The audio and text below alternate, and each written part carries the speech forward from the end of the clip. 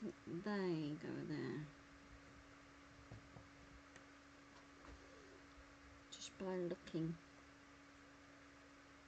Hello everyone.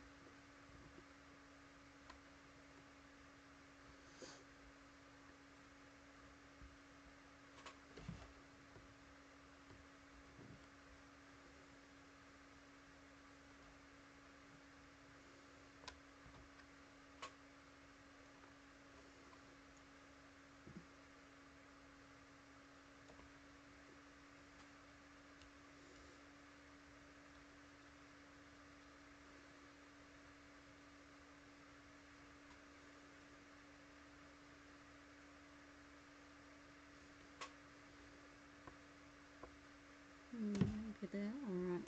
No, they're not. No, they're not. No, they're not.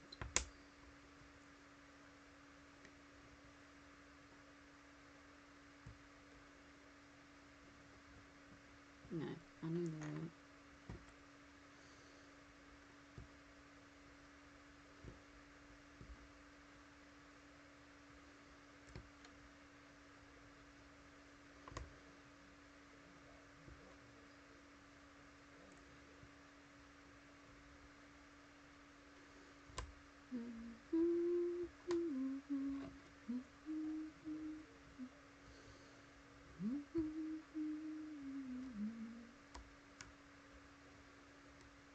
Hello, Tara.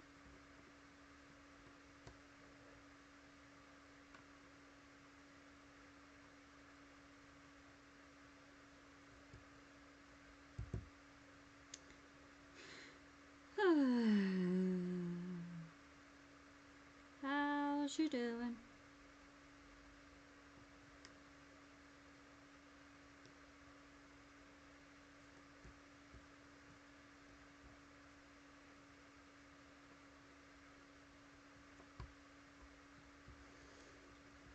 La la la la la.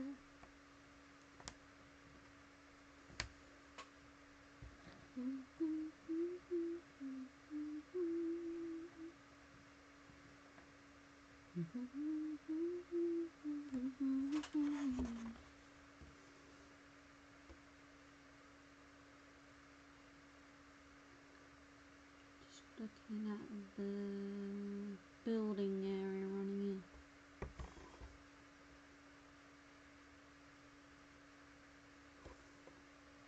Of where that one goes. No one knows.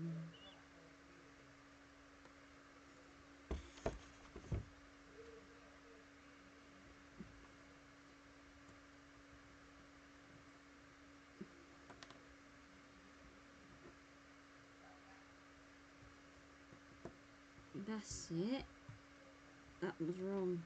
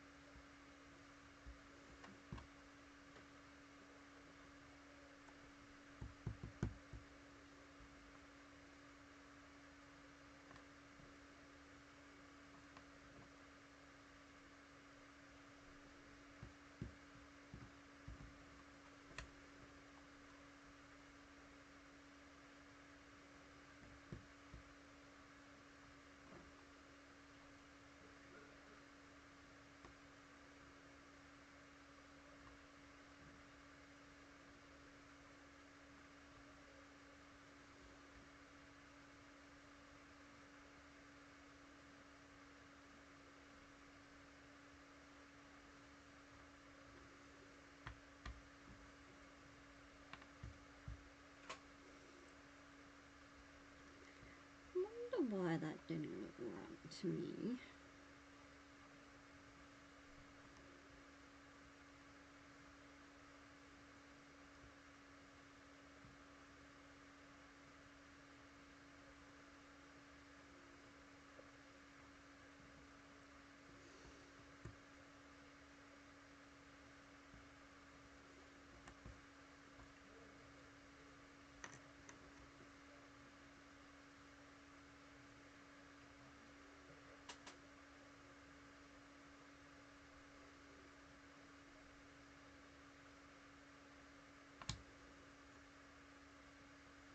Right,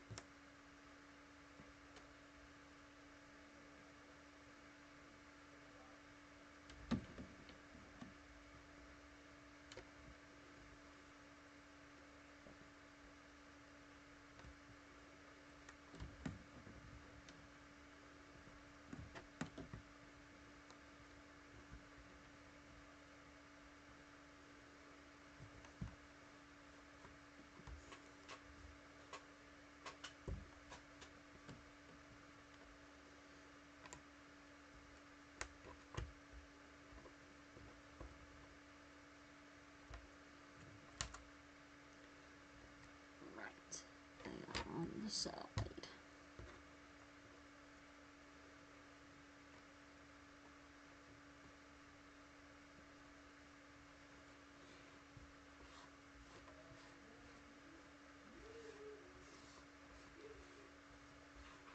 Kiwi! Woo! Oh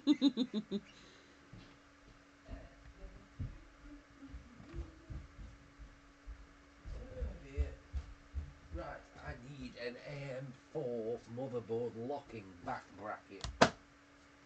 Whatever that is. Whenever you say things like that, I'm like, what? One of these Oh, okay. motherboard bracket. If you show me what you're saying, then that's alright then. Hi Tara.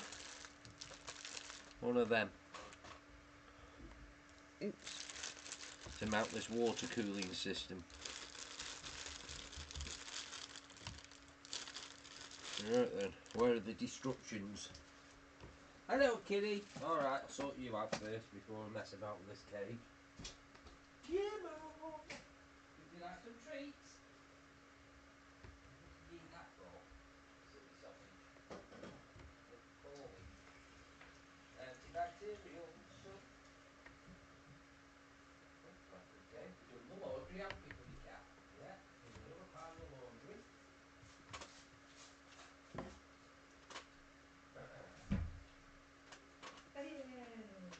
Oh crap. On your Dropped back. on the floor. Lay on your back.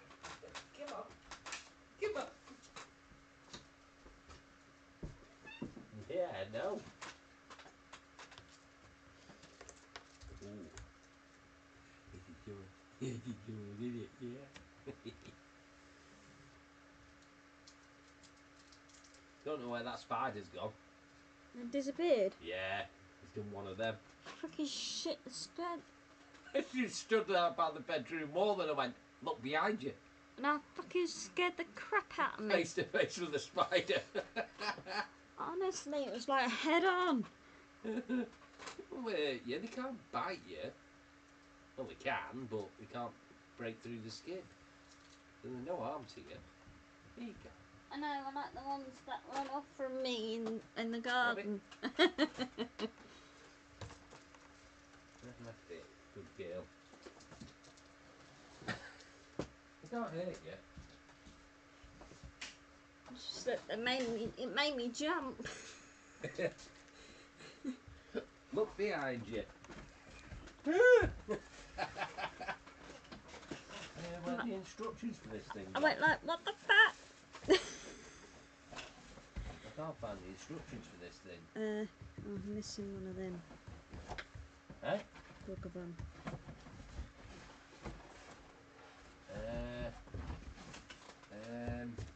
I'll find it tomorrow. Yeah, where are the instructions? Oh, let's put them in that other motherboard box. In a box. In the box. It's in the box. In the box. In the box. Right, hang on. These bags are labelled. So, what does that say?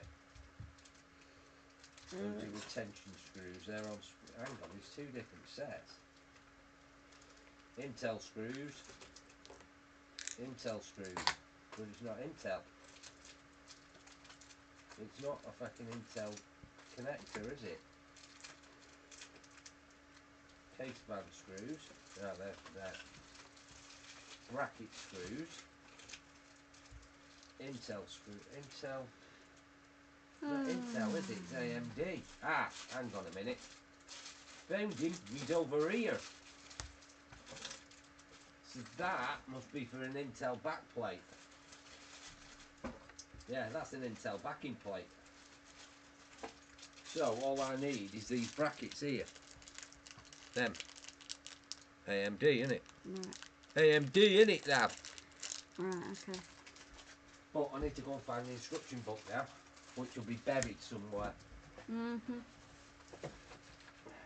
Great. I want to get all this done. I need the torch then to find them.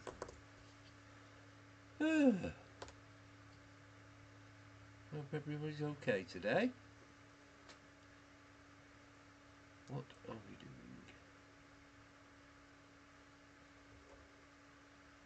Put this back on.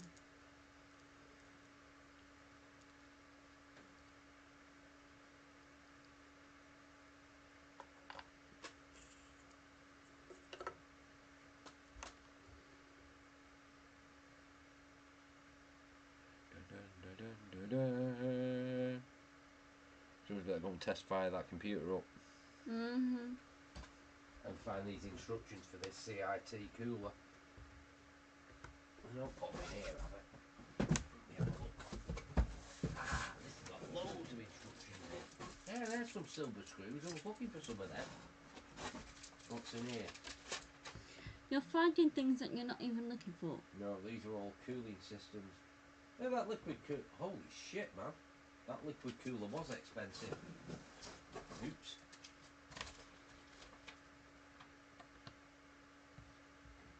What's this? Whatever it was, it weighed a kilo. GPU. Oh, that's a graphics card, wasn't it? Mm-hmm. Ooh. That's a lot of numbers. There's the side panel I was looking for. I found it. That's the glass panel. We'll know where that is now. Right, so what I've got to do now is find. Hang on. This is an AM5 locking bracket, isn't it?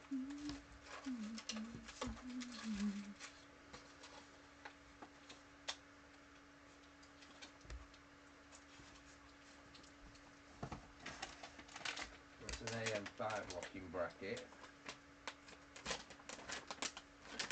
What's in here then? Oh, that's an AM5 bracket as well. Don't need any of them. What I do need though is pop them in there with that.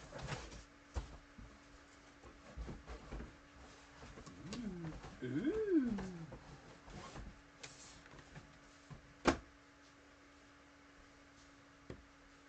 We'll see if I can find them instructions. I'm sure they won't be far away.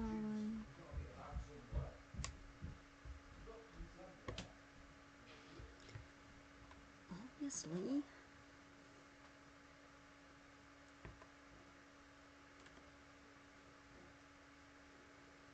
So, I need one of those, but a bit bigger. One of them. One of these. Yes!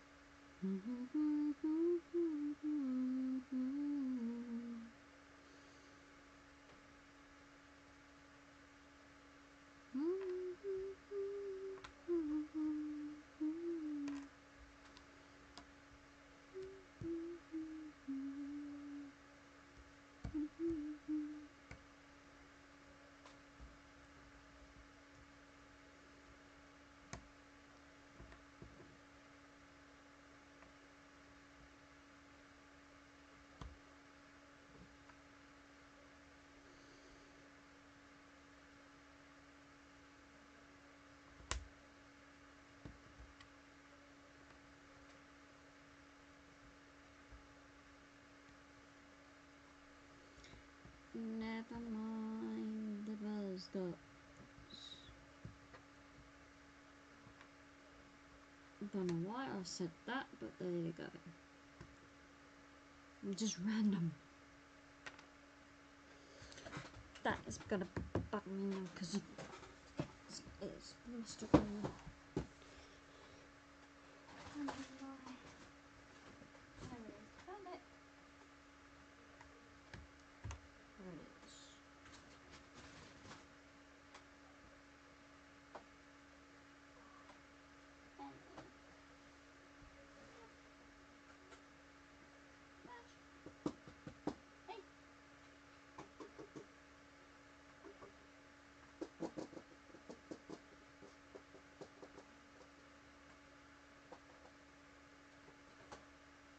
What are you doing? Oh, I need to get up.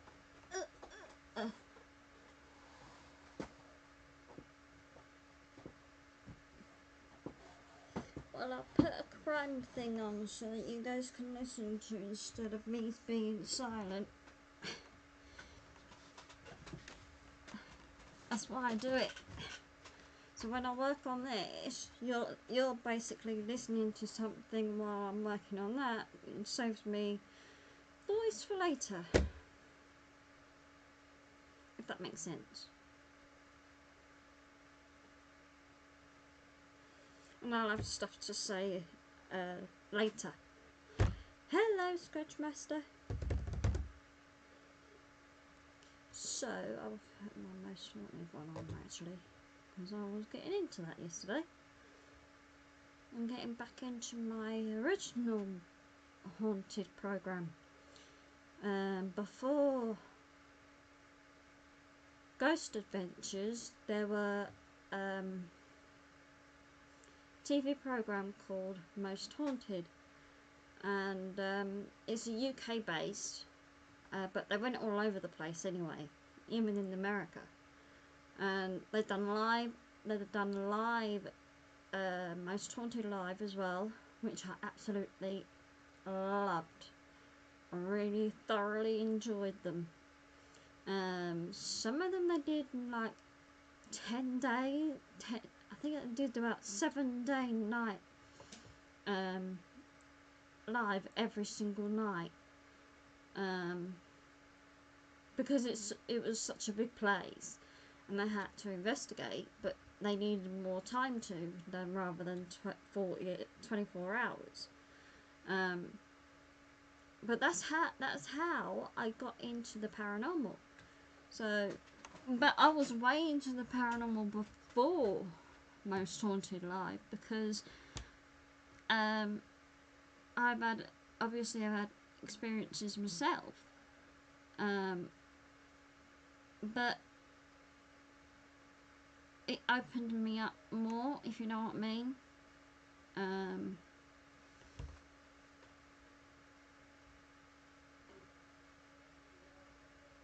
So yeah, I just really started to rewatch them, but I had to start all over again because the last time I watched them was back in 2012 when they stopped going on air,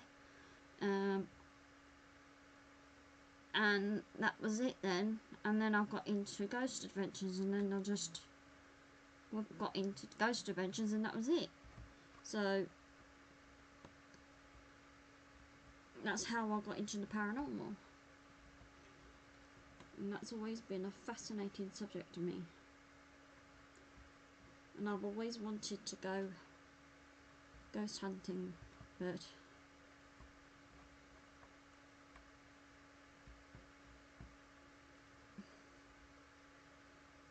that's just a dream.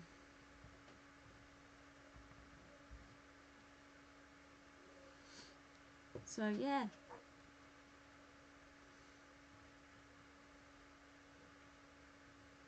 No, it's not on that. It's on. Da-ba-da-ba-da.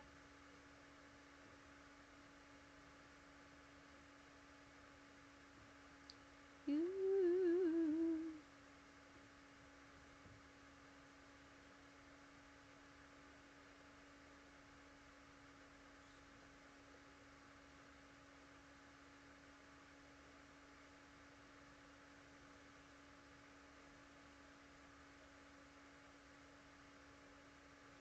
Ba-ba-ba-ba-ba-ba-ba-ba-ba.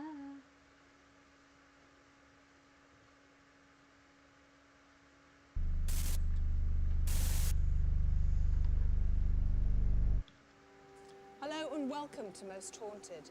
We're about to embark on one of television's most extensive investigations.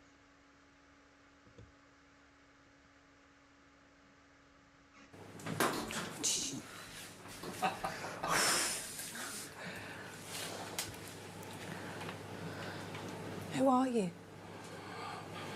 I'm James Henry.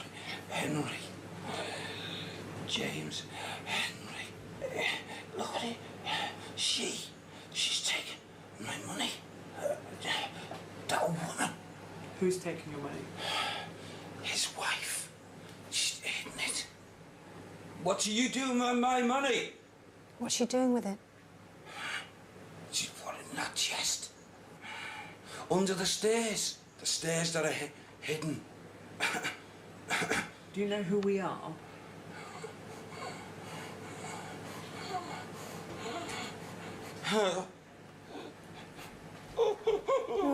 Shh. He's walking around with that smirk on his face. Who is? Jarman.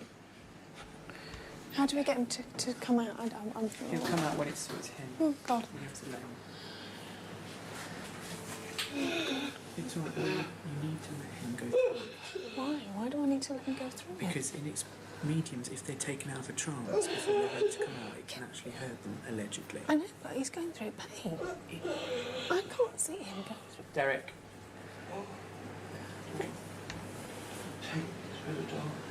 Take you to the door, did you say? The pantry. Do you want to go to the pantry? Yes. Come on then, we'll Stand take up. you. Come on. We'll take you to the pantry. There, come with us. Oh my. Derek, can you hear me? Oh, my. Your legs okay? Yeah. You're all right. Okay, yeah, fine. You're right. Yeah. This was the first time any member of the crew had witnessed a medium go into such an intense trance. It had made us all a bit jumpy. This here is a Hideo. His woman brought the stolen items that belong to these poor souls.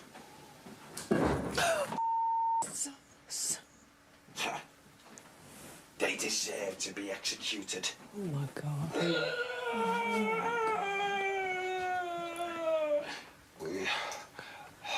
We all stood and applauded. Who are you talking about? Yarman.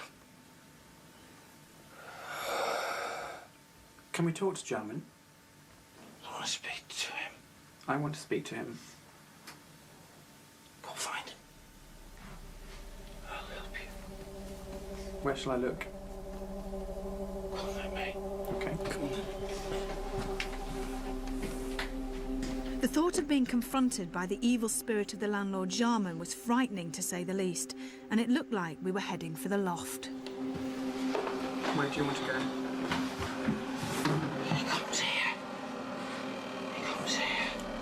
Who does, Jarman? Yes. Ah, he's playing. He's playing, yes. Shall we go up there? It's all right for one person to go up there, not all of us. The book. The book is here. The book's up there, Jason. The book is up there. What book? What book? What book is it? Tell me. History. History book. A history book. With no light and ancient rotting beams, I decided it was too dangerous for Jason to venture further. So we sent our producer Carl to search for Jarman and any eminence of the elusive book. It's a very old part of the building. The rafters here are... they're next to nothing, as you can see. These are literally just... could be covered.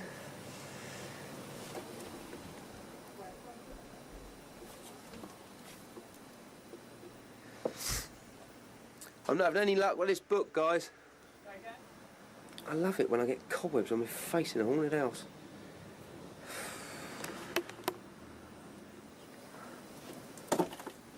Did somebody just move up here at all? Is someone else moving up here? I just need to know if anyone else has been up here or thrown anything up. No, no one's come up. Right. I went down and that's it. No one else has gone up. I've just had a major it was like a shuffling sound, like something had been thrown. I'll hear noises upstairs, guys. Right, hang on. Yeah, can you just shine that That's torch what so I know I'm you're like. over there, because it's getting a As bit soon as airy I've up done here. the frame, I'm nowhere to start, but Oh, I know I'm having problems with the sky at the moment, but I'm working on it. right, As soon as I'm I've got coming these down there. pieces, if I fit them into the right place, that's how There was I'm like doing a it. shuffling noise. So It was really close to me, but that was when you had the torch on. I know The first exactly noise I what you heard was mean. like somebody throwing. That's why I asked if anyone had thrown Yeah. anything up or No, nobody was near. moved, Nobody if was they'd near been it. up. It was like something just a thud. Yeah. I'm gonna have a look at the tape because we might actually Yeah, catch it on there. might have the I've sound got on a, it. sort of like a small torch. So. Yeah. It was only after looking back at the tape did we see an object moving on its own at the bottom centre of the screen, which created one of the noises that Carl heard. But what that object is, we just don't know. We couldn't find the book, and without tearing up the floor and walls, there was no more we could do to find the one piece of evidence that would answer all the questions about Jarman and the murders. That is very spooky.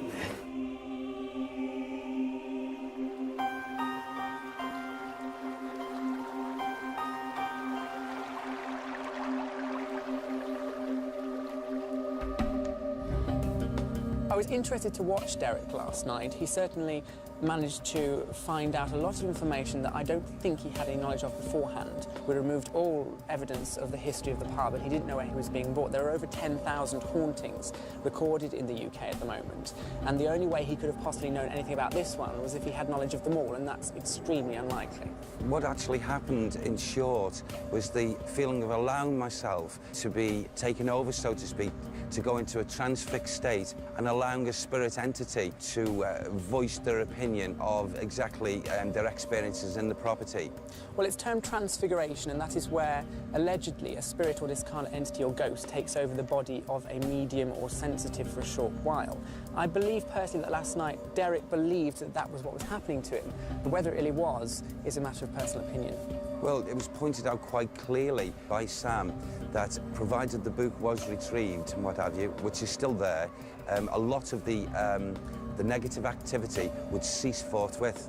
I personally don't buy into this story about the Jarmans killing people and constructing some awkward bed mechanism and dumping them in a vat of fat or boiling oil. It seems to me a lot of unnecessary hassle. If you're going to murder somebody, surely just slit their throat. I think it's interesting Derek picked up on the information because the story is very much associated with the building, but whether that story is true or false is something different. Well, that's it. We've come to the end of our 24-hour stint, and I can safely say that each and every one of us has red eyes and we're feeling incredibly tired and grumpy. Join us on the next location. Until then, we're all going to bed, and if you are, sleep tight.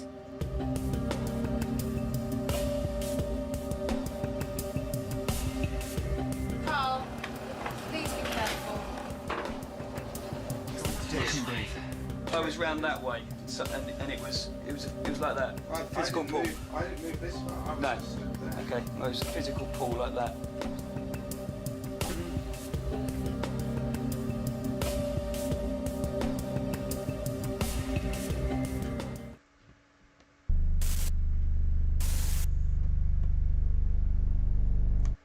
The truth is the truth. Psychokinetic energy. I've got someone called John here.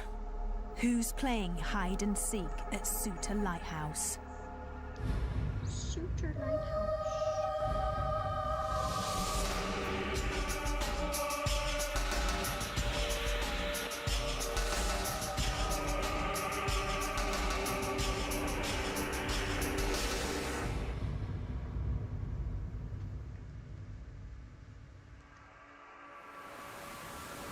Hello and welcome to Most Haunted.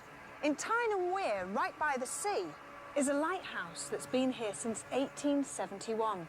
It's steeped in history and apparently has a resident ghost. Now, some of the people that work here have heard, seen or felt strange things. Some of the people here say it could be the ghost of the old lighthouse keeper that died here. Who knows? Most Haunted want to get to the bottom of the phenomena of Suter Lighthouse. It was the first electric lighthouse in the world. Standing over 75 feet high, it was constructed by Robert Allison to protect ships from the rocks and cliffs of the mainland. It was near here that the famous Grace Darling rescued the survivors of the Forfarshire in 1838. Her niece, Isabella Darling, resided at Suter from 1881.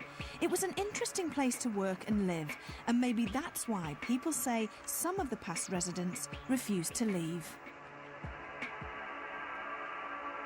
Now, if there are such things as ghosts, proof that they exist would be absolutely amazing. Now, we're going to be spending the night here, 24 hours to be exact, and that could be enough time to try and catch any paranormal activity on camera. Now, to help me do that, we've got our usual crew. We've got Carl there, and we've got Martin at the back. Give us a wave. And in here, we've got the rest of our crew. They're setting up. We'll see them a bit later on. And, of course, we've got the help of our usual experts.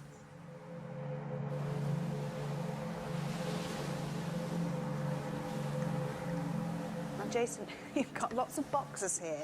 What's this thing? This is an electromagnetic field meter. It's a little bit more advanced than the one that we've used before. It doesn't make a noise. I like this one because it makes that noise. That's the one that makes noise. This one, it has various different settings for electrical, magnetic energy, standard electrical energy. Okay. These are basically, they're very much like burglar alarms. They're room guardians, so they are motion sensors. If heat moves in the room where this is set up, we will know, or if a cold spot appears in the room and moves, we will know because it will set off and it will screech extremely loud and scare us all to death. And we can run there and then get our cameras out. So that's what they're for, and we have 2 of those to set up. And of course, we've got our old favourite as well, the night shot camera too. So we're going to be very busy then tonight, aren't we? Hopefully we'll try and pick up some paranormal activity. Keep our fingers crossed. Another member of our team who's on his way to Suter Lighthouse is, of course, Derek Okora. He's our spiritual medium. Now, remember, as usual, he has no idea of the location. We have given him no knowledge or history about the lighthouse. So it'll be really nice to see him when he gets here. I think he'll be a bit phased, though. Before I came to Suter Lighthouse to work as property manager here 2 years ago, I was unaware that there was any paranormal experiences that had been detected by the staff here. Well, I've been here 6.5 years, and in that 6.5 years, there's been quite a few odd things going on. Not so much scary things. The main experience that I've had here was the first time I saw somebody that I thought was a member of staff walk past the kitchen window. But when I went to speak to them, there was nobody there. I was up here about 10 o'clock at night with the light on. I was busy locking up, turned the light off, went down the stairs, and somebody was tapping on the outside windows. I know there was nobody there was just me. I think the person that I saw is most likely to be a keeper here, simply because of the clothes he wore. He was a tall, slim man who had sort of a blue uniform shirt on, and it just seemed to me that that's the kind of thing that they would have worn here. We think whenever we have something strange going on at the lighthouse or something a bit different experience, then that's the time when he appears, or there's something funny happens in the lighthouse. Even when you're on your own in the building, it's quite a comforting presence that you have with you. You never actually feel like you're on your own. We take him for granted more than anything else. I presume it's to him. And so there's never been a threat. We've never sensed that. Well, I think he's looking after the lighthouse more than anything else, making sure everything's okay, you know.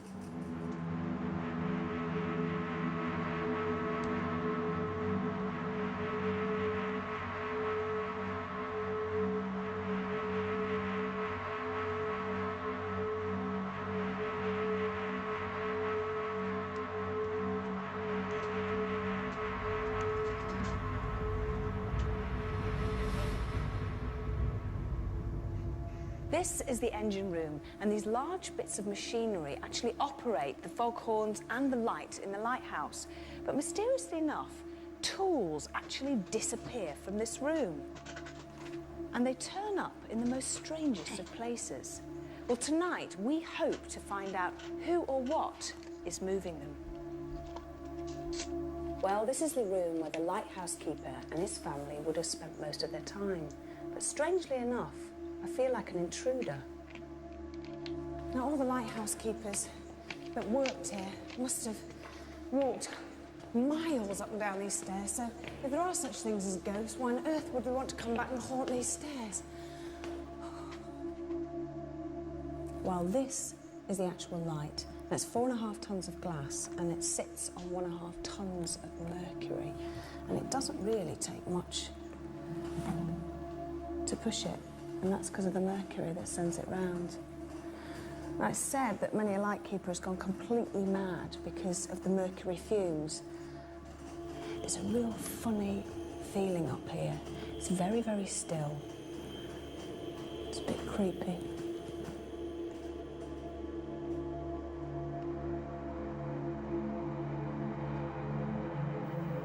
Whilst the crew were preparing for the night shoot, I decided to have a quick break. And as we all know, some of the strangest things happen when you least expect them. Are you checking out your bits then? Oh! Is it me? Well, that's quite interesting actually, because you can hear that through there and then it's going down. So it's something that is slightly unusual because it's a localised field of electromagnetic energy in front of you right now. Because it's not, you can detect where it ends. See, it's not, it's here. Oh! That's all right, that's because I'm up and down.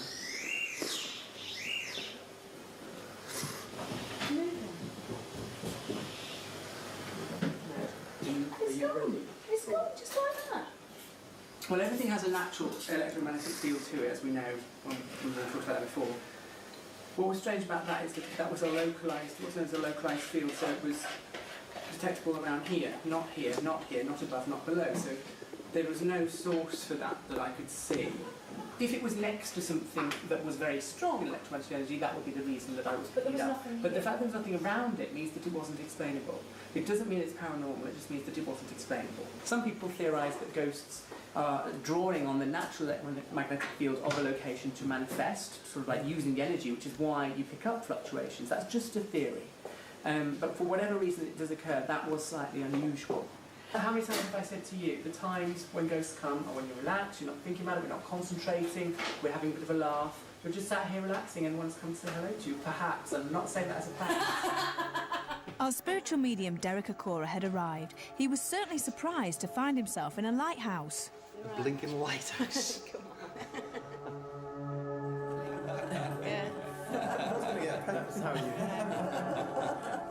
Derek, what exactly are poltergeists?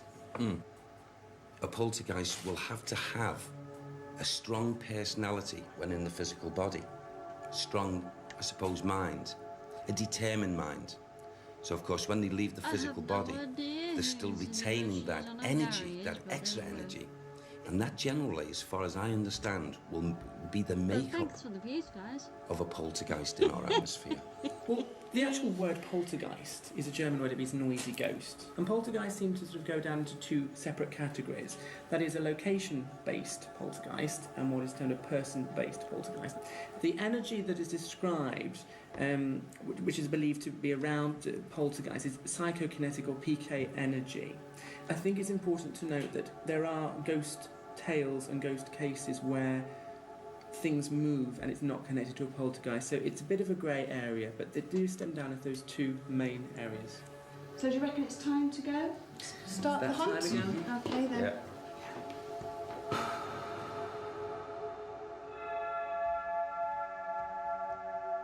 For years, staff members have wondered who haunts Suter Lighthouse. Well, tonight, we hope to find out.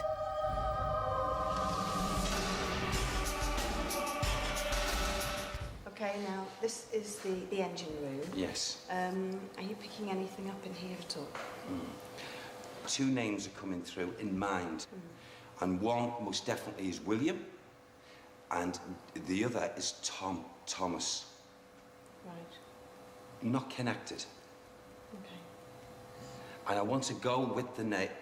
It's, you see, with one of these men, I want to talk about the tobacco and the very, very strong, pungent tobacco that could have been probably, I don't know, rolled or something, but a very strong fragrance from this tobacco. Do you want to try and move on? Yes, I'm going to do that. Yeah. Okay. Yes. This is steep, isn't it? Okay.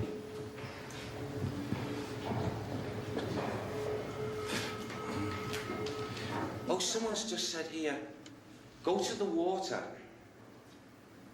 And I went down with Chantress. A collision. He was involved in a collision. Something to do with Chantress.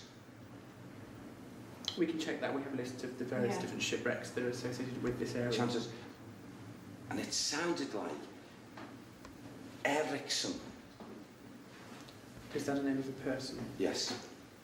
I feel he stays out the way, but he visits here. But I feel it's not a bad feeling of blame, but seemingly blame's here. Do you want to go? Can we go back? The Chandris collided with the SS Exmouth and sank on top of the shipwreck Oslo Fjord. No records of an Ericsson have been found as yet. I feel, just as I come up to the top step, I heard very clearly a man's voice say whatever this meant. He's so glad. This should have been Lizard, or someone wanted this to be Lizard, and it was not to be so.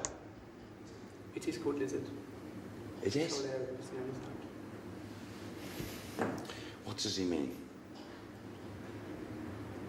What is the original name of this now, this lighthouse again? Suter Lighthouse. This man is glad that it was not called Lizard Lighthouse. Right, okay. He's covering himself up and just wants to stay in the background. Do you want to go downstairs and maybe we should maybe talk about turning off the lights? Yes, I think so, yeah. Okay, let's do that then. Watch your way on the way down, because With the lights off, we decided to continue our search in the living quarters. Okay. Yeah, in this area.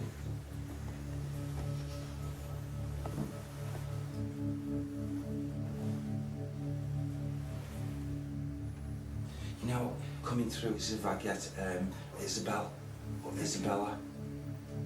It was very interesting that Derek had picked up on Isabella. We know that she was registered as living here in the 1881 and 1891 national census, but no one had connected her with any paranormal activity in the lighthouse until now. Someone says, why don't you talk about Ted? Why don't you talk about Edward? Ted Yeah. and Edward, are you here? Let's talk. I've never said that before. Are you here? I feel quite silly saying it. Who is saying to you, let's talk? Why are we not talking about Ted and Edward? Is it still the lady? Yes. So She is said Ted or Edward connected with her? there's got to be a link. There's got to be a link. Big pinky, if not pinky leading to red. I'd call them jowls really with this woman, okay? I've just been made aware here of a dog. It's like a black mongrel dog. Is it connected to the woman? Yeah. I have to say there was no readings here earlier on, so if we do pick anything up in the way we can perform. Nothing registering at the moment. Okay. This is hide and seek here. Why can't you just be front and I have to admit, when I came in here earlier on to do something, I did not like this room at all. It does have Just- more of a and feeling. When than I the other sat in rooms. that chair, I didn't like it.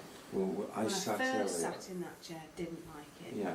I felt like somebody was going to come and say, "Oi, that's my chair." Yeah. Well, there are theories about objects being haunted, but I have to say that every single object in this room is not connected to the lighthouse. They are all reproductions. I know Right. that because I was told that. Right. Every one thing, nothing that has any link to the Yeah. lighthouse. Yeah. So that's my imagination. Probably. Yeah. Ah, Something like but that. let's not discount the area. Yeah. Yeah, that's true. Forget the furnishings, Mm-hmm. but the area and the situation of things.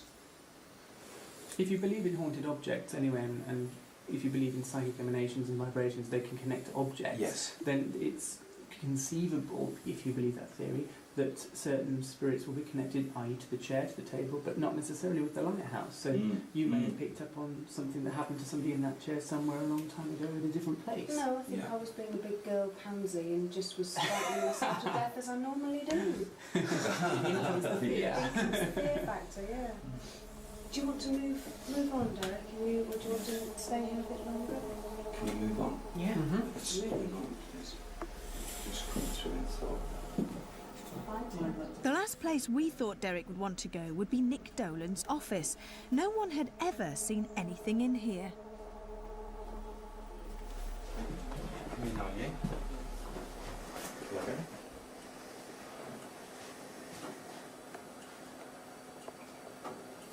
I feel as if someone who's been here has suffered deep depression. Oh yes. Oh yes. John, John, John. John.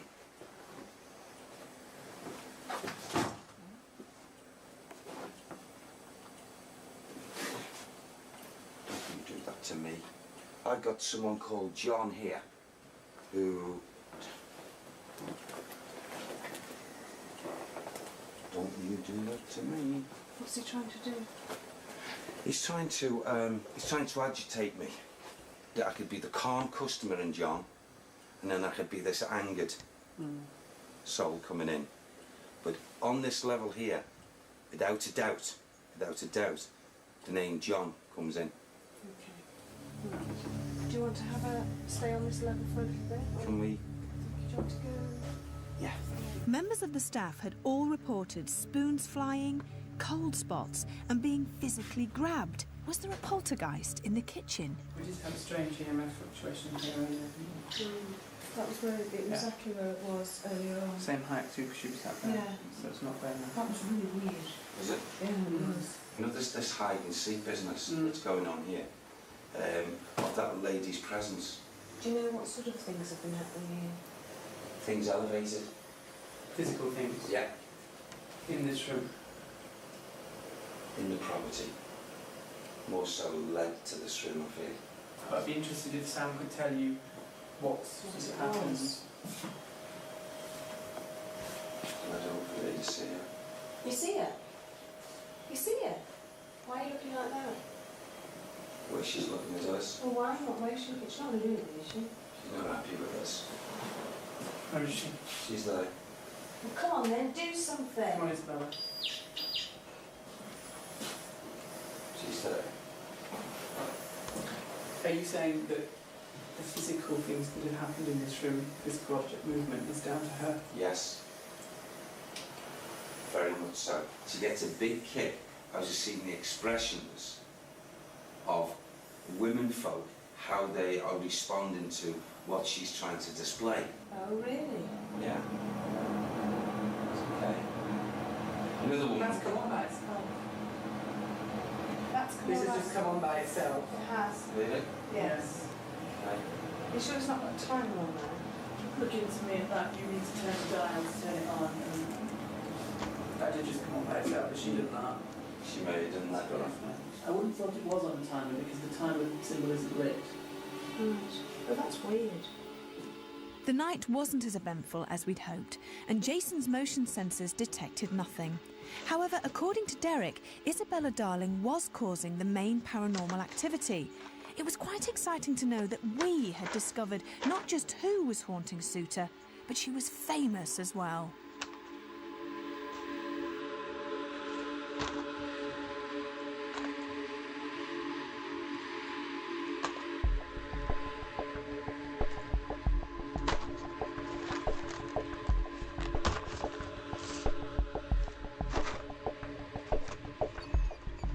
One of the areas that Derek picked up on last night and seemed to link in with psychically were shipwrecks. Now, it's a lighthouse. You'd expect there to be shipwrecks around here. That's why lighthouses are built.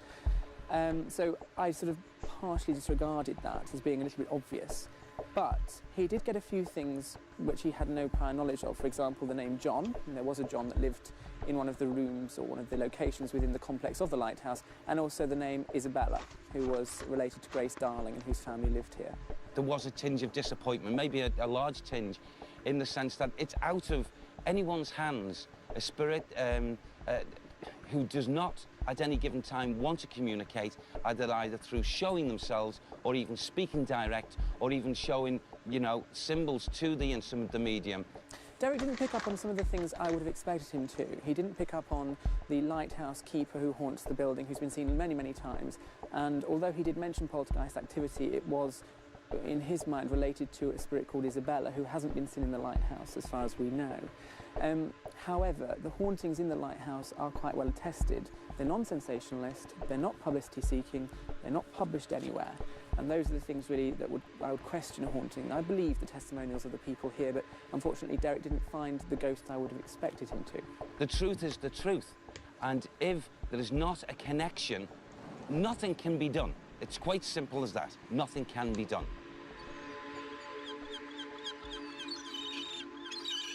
Well, there we are, another 24 hours over and done with.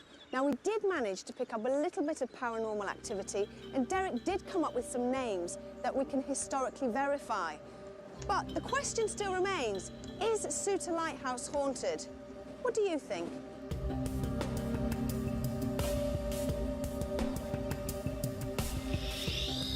Oh, my word. I felt something tingling around my ear and my head. And I felt something tickle the top of my head, and I thought it was just a cobweb or so. I just didn't think anything of it. Oh, it's the old one. Oh, that's right.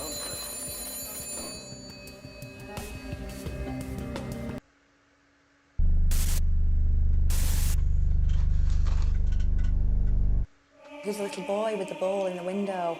At the end of a quiet street is a haunted house. 24 hours to investigate Charnock Hall. When you're in this house, you can tell there's a presence.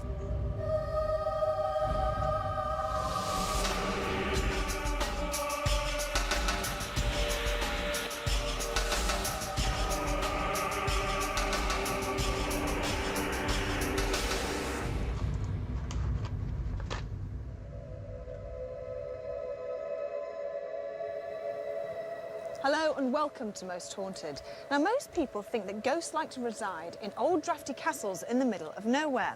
Well, we've come to a quiet cul-de-sac on the outskirts of Preston, where we found a house that is so paranormally active that the Most Haunted team are going to spend 24 hours investigating.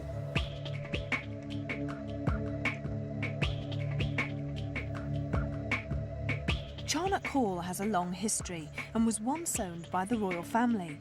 In the 17th century, Robert Charnock, a Catholic priest, lived here. It was around this time that Catholicism was frowned upon and many masses were conducted here in secrecy. The current owners and past residents have witnessed dark, shadowy figures that look remarkably like priests.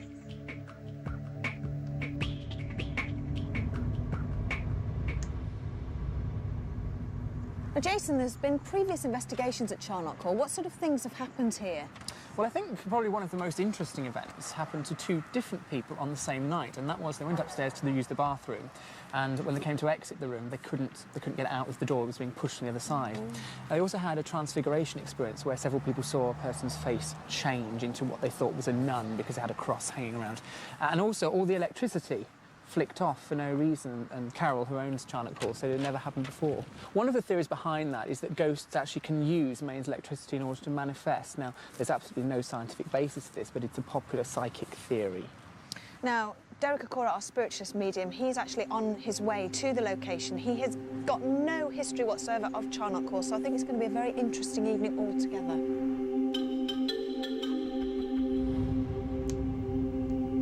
For the first time, none of our crew felt scared or threatened about staying all night at Charnock Hall. The house seemed to have a very comfortable atmosphere, but as we all know, feelings and atmospheres can change, especially when it gets dark. When I took the staircase out was the first time I really noticed something. There was just a pair of ladders up to the bedroom so I could get upstairs, and I heard people walking up and down the stairs, and there was no stairs here. So I was quite excited, really. My stereo player comes on in the middle of the night, and my television switches on in the middle of the night as well.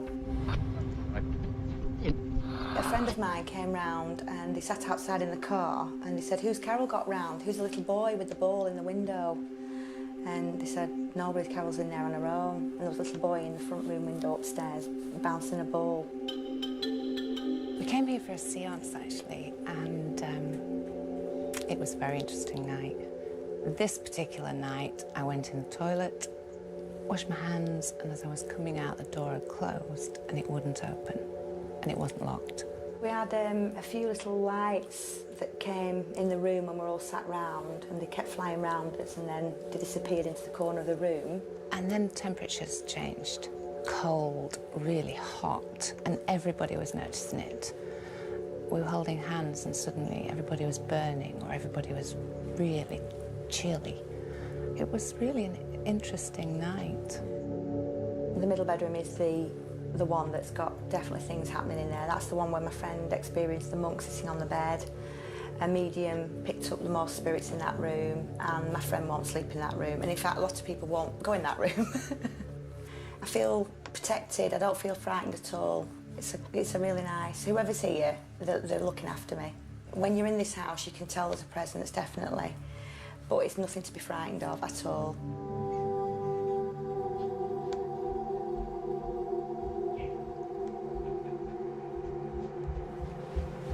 This is the oldest part of the building, and I absolutely love it. It's so welcoming and warm. But in spite of that, the owner had a friend who brought their dog here, and all the dog did was cower under the table. It was absolutely petrified. Although this room is pretty, I don't like it. Now, a guest was sleeping here, and she woke up in the middle of the night to find two monks sitting on the end of her bed, starting to have a conversation with her. Well, she didn't hang around. She stood up, screamed, and ran out. Well, this is the main living room of the house, and a lot of paranormal activity goes on here. Now, Carol, the lady who owns the house, is asleep upstairs in bed, and all of a sudden she'll hear the stereo and the television come on of their own accord. She'll come downstairs, switch them off, and go back to bed again. Not only is it inconvenient, but there's just no way I will stay and live in a house like this. Where are you going?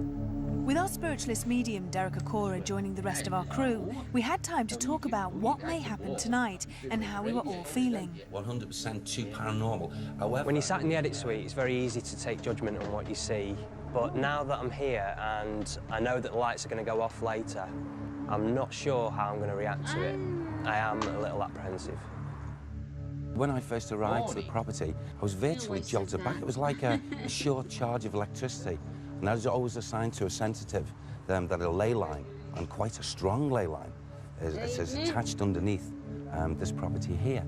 It can help the spirit entities to be experienced more than if there was no ley line there. I have no idea what I'm expecting to happen tonight. One thing I don't like is the middle bedroom. It frightens me for some strange reason. That's probably me being silly.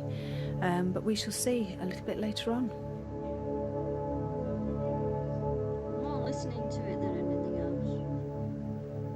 ready to start our investigation, but for some reason we couldn't stop giggling. There was no reason for this happening at all, but we were brought back down to earth as a cupboard under the stairs opened on its own.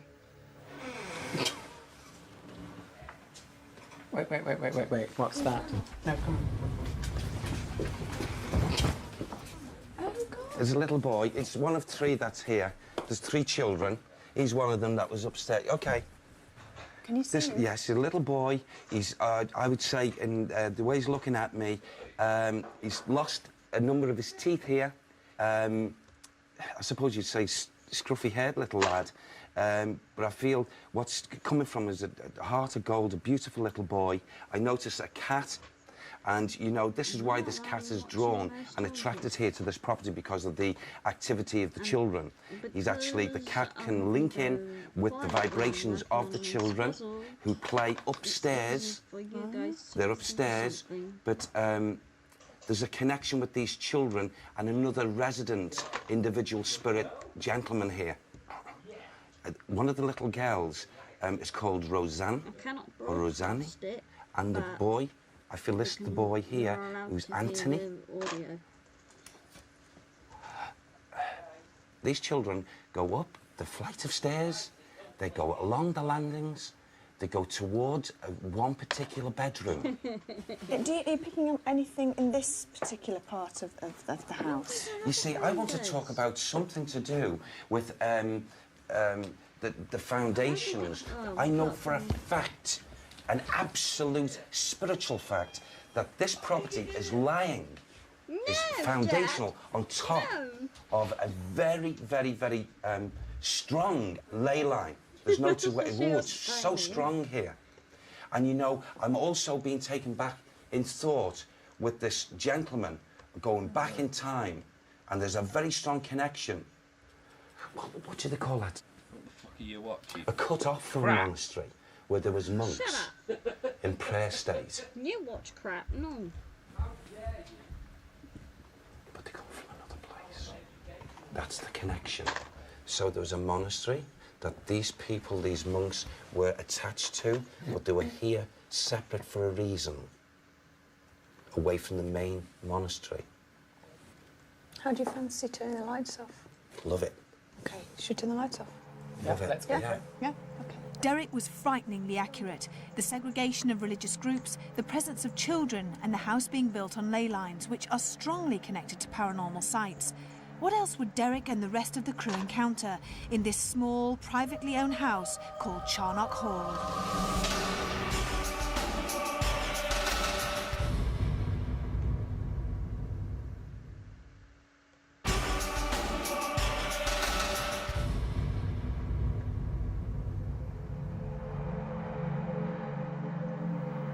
With the lights off, we decided to go upstairs into the middle bedroom. This is the room where ghostly figures are seen on a regular basis, and it's a room that I didn't like. See, now, I'm very aware, at times, during the day and the evening, of childishness and child play feelings of laughing and giggling, and a hive of activity of 3 children. I feel a wonderful band of 2 little girls and a little boy. The little boy, a bit of a scallywag. I feel from the time that they go back from or to, they would have had to, for some reason, fend for themselves. And I feel there's so much the strong link with this particular individual monk that in actual fact they went to him. And I feel that the tenderness of his heart, he fed these children. And this is why there's an kinship to him. And yet earlier I felt as if it was from a different time, and it's not. Both interlinking at the same time. So, you know, I can get things slightly wrong until I come into the atmosphere. You see, the energy, this monk is listening right now, Jason, to this conversation. And yet, I don't like this room. yeah, he's... Why? I don't like it.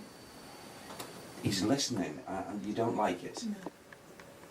You see, the knocking of doors and noises are most definitely attributed to the children. playfulness, not poltergeistal, anything like that. Now, where the monk is concerned, he's such a, he won't mind me saying it, a quiet sort of man, quiet disposition. I feel he has been seen, he should have been seen, but his conditions most definitely favour the main bedroom in this building. Like the master bedroom? Yeah. Shall we go there? Yeah. Very interesting because... On the way to the main bedroom, Derek was picking up on the children again, and they seemed to know about some of the strange activities in the house. Be interesting, could you check please also about the electricity here in the building, because it went all haywire and the children are very aware of it. Okay, they want to give proof that they are aware of the electricity and the problems that they've had here, and they're very aware of it. They congregate. This is his energy field. He was far-reaching in his thoughts, far beyond any monk of his day. That's why he was designated here with a group of monks, most definitely linked to the main conditions in Chorley. And you know, he was such a kindred soul, this man, and especially where children were concerned. Thomas Michael. Thomas Michael. Oh, look, it goes to that old cove there. Really believes in that. What's in that old cove? Can I just have a look? Okay. There's something behind there. There's something behind there. Locked. What was behind there? Between there and the loo, this is where Thomas used to, quite regular, go down on his knees into his own personal prayer state. So if Derek was right and the monk-like figure prays in the alcove, maybe it was his spirit who likes to shut the bathroom door. Now that we knew about the children and a monk, we wanted to try a séance to see if we would experience anything paranormal. We knew that séances had been conducted here before with positive results, but would anything happen to us? If there is any spirit, presence or entity of any kind who wishes to communicate with us here, please give us a sign that you can hear us and understand us. If you are there, please give us a sign.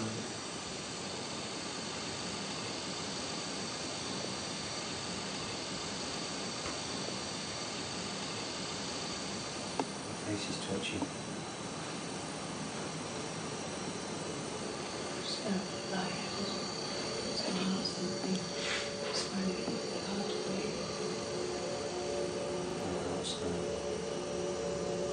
Really fast.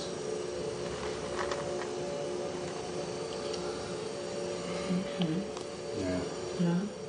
Well, the whole body's just twitching. Stop. I'm just going to say. Stop. My jaw has really started hurting very suddenly. Really painful. Can I feel it? Oh wow, yeah. I was tingly all over my face, down my arms, down my legs. I just don't feel right. My heart rate's dropped like that, and to find it difficult to breathe. What do you do to your hands?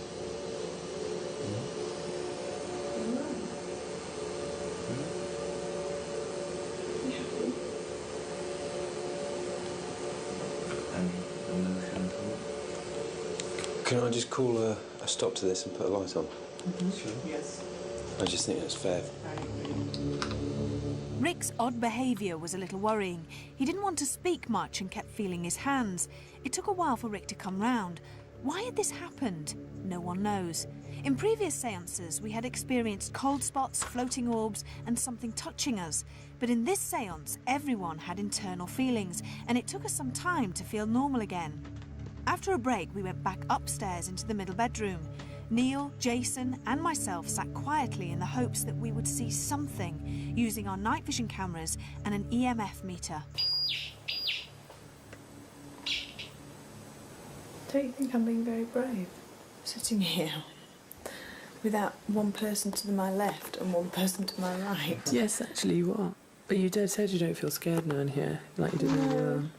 Why do I not feel scared here and I have done and everywhere else we've gone? Going back to what Derek said, there wasn't anything particularly negative about what he said, and everything was quite happy. Oh, I got right at the bottom of the screen. It's quite big. Come on, if there's anybody in this room, can you show us some more of these little lights? Oh. That's got quite a sharp pain in the head. Oh gosh, good grief. Where are they? On the floor? By the waste paper basket. Where's that? Just down here. Yeah. So we had managed to catch 3 orbs. They were small, but one of them moved in a very peculiar way, almost stopping to change direction. There were no drafts on the floor or any windows open, and dust was discounted. But it seemed odd that as we were talking about the supposed ghosts, these small orbs were showing up on camera. How much longer should we give it? Go and see what's happening downstairs. If you want, we can go and swap over. Should we do that? Yes. As Carl, Rick and Stuart had caught nothing downstairs in the lounge, maybe now was a good time to swap rooms. Now it's our turn to see if we can come up with anything. I've gone over and sat in the corner. The guys are on the bed. I felt really cold in this corner earlier. There's definitely something else here because it's warm now and it was definitely cold. There's no drafts in here. It's a very warm room. There's no reason for it to be cold here, and it was earlier. Oh. Now that I'm pointing exactly in the same place where Jason, Neil and Yvette got an orb, and something's just flown through screen. This light form was something we had not seen before.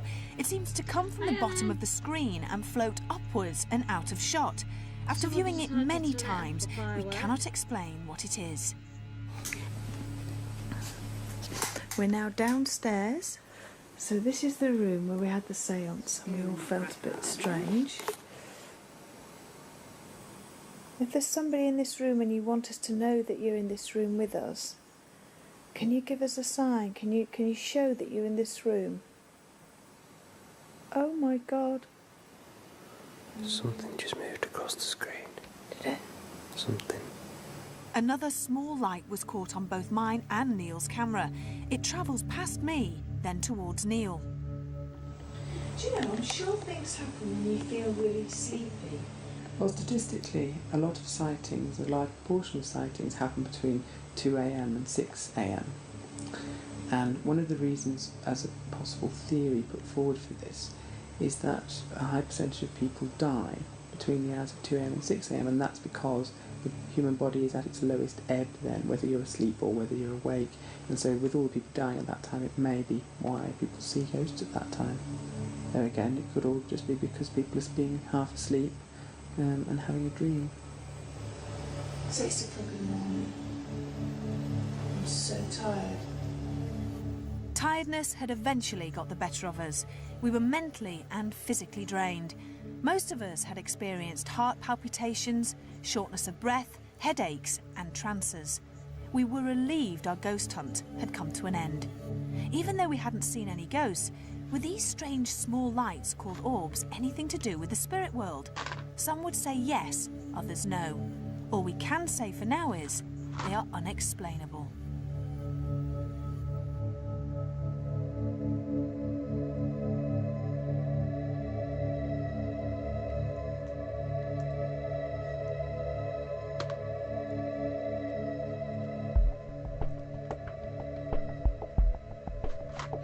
As we were ready to conduct the investigation, a door just absolutely slammed open to the left of us, and it stopped everyone on the track. Certainly stopped everyone laughing and giggling, which then was really the beginning of the investigation. The one thing that occurred last night, which I would like to look at in more depth, was one of these orb anomalies that we've had caught in the past. This was caught in the middle bedroom upstairs where some of the ghostly activity has been reported in the past. And the difference with this orb to other ones is that its movement was sort of quite strange. It came into the shop quite quickly, seemed to stop and hover momentarily and then move off very slowly. It just seemed a little bit odd to me, and I'd like to look at it in more detail. I feel that the 3 children, in actual fact, all of different ages, a little boy and 2 girls, actually found themselves leaving the physical body together. I couldn't, through my inquiries last night psychically, find out precisely how. and they're very lovely children. They bring a warmth. If there are children that come into this property at any time, these children, the spirit children, would really, really go to town in happiness. And I think they're an absolute blessing. Well, Charnock Hall isn't open to the public. Carol has absolutely no reason to make up or embellish stories about ghosts here, as perhaps some haunted inns and haunted castles do, because obviously that brings in the tourists and the money. So that makes it more interesting to me and gives it a bit more validity as a case worthy of investigation. 24 hours in Charnock Hall was certainly very interesting, but remember, your house may not be haunted, but you don't know what's going on in your neighbour's house, or indeed the house at the end of your street. We shall see you on our next location. In the meantime, sleep tight.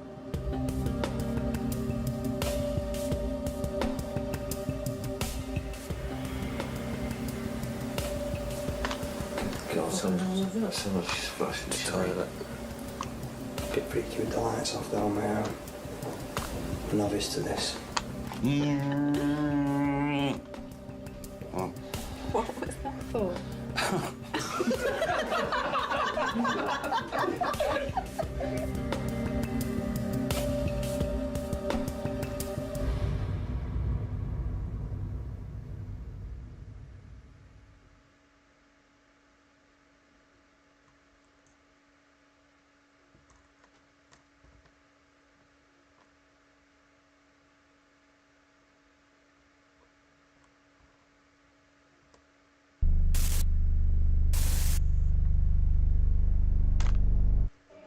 John, can I ask you how you feel about me?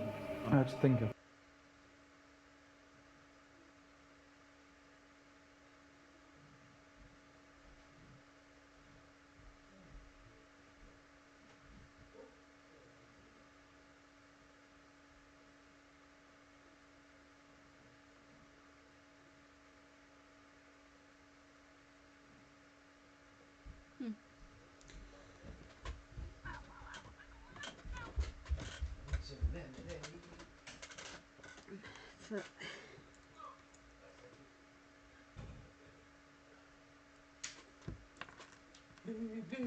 No.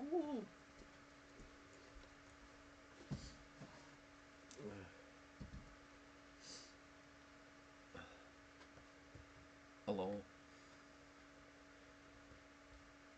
You've not finished it yet, then, I take it? Obviously not.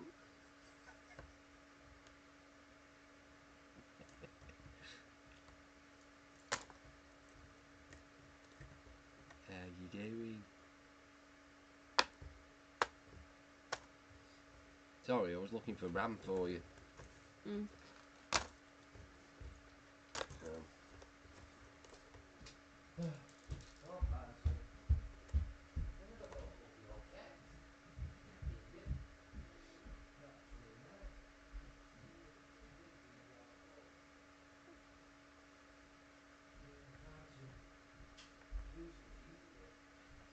Little Miss Smudgy is snoring again.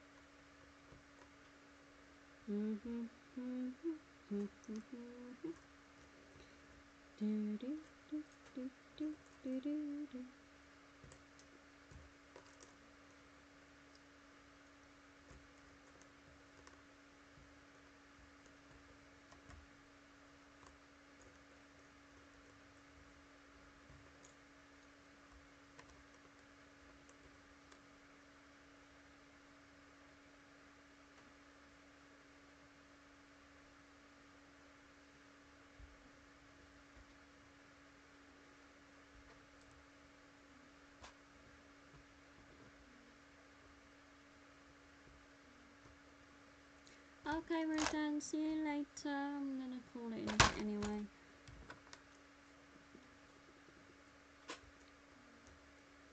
Not yet though. I'm just trying to find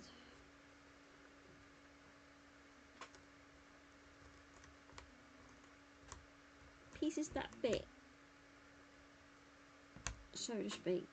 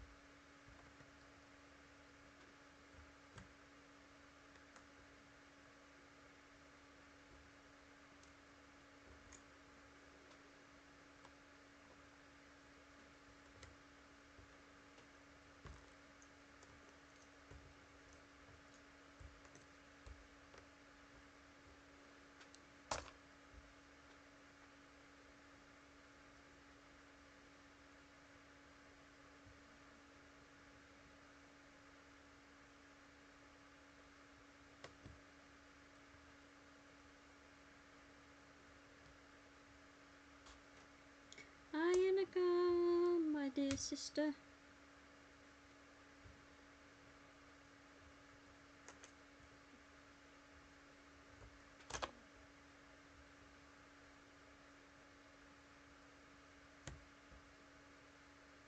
So all I'm doing is just hope for the best that they fit.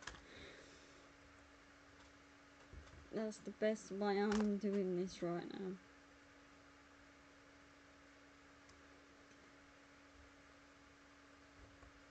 This was a little bit more difficult than I thought.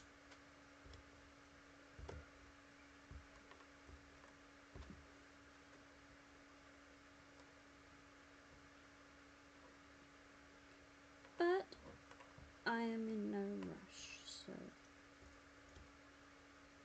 that's a good thing. That is a good thing.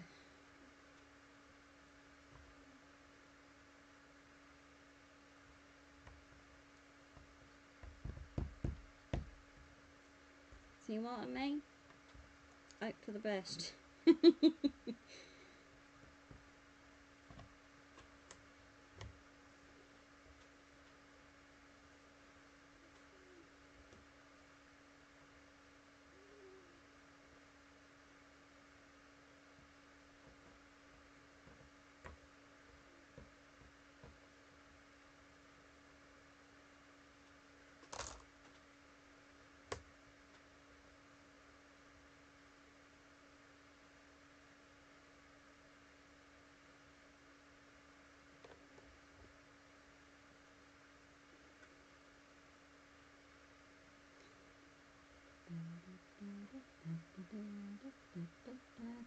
Don't matter.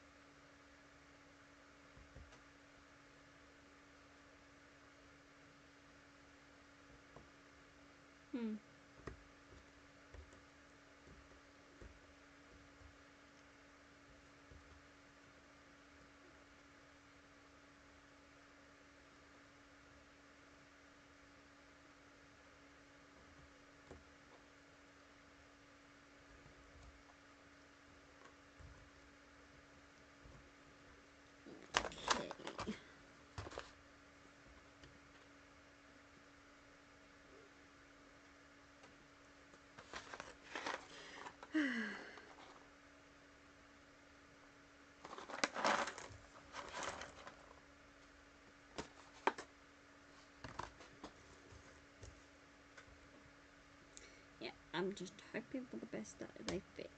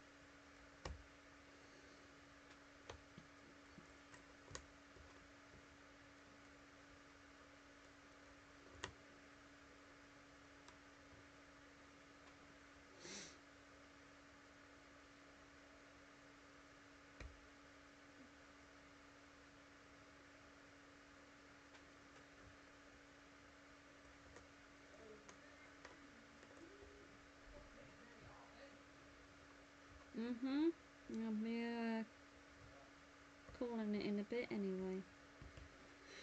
I'm just doing a little bit more on it.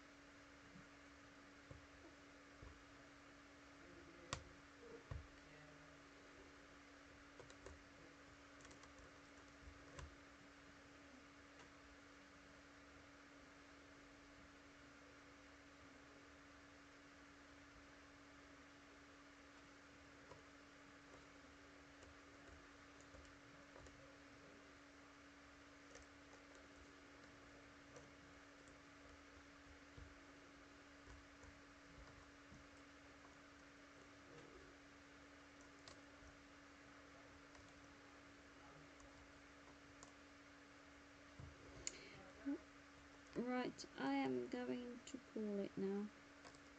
Thank you so much for joining us, and I shall see you guys later on.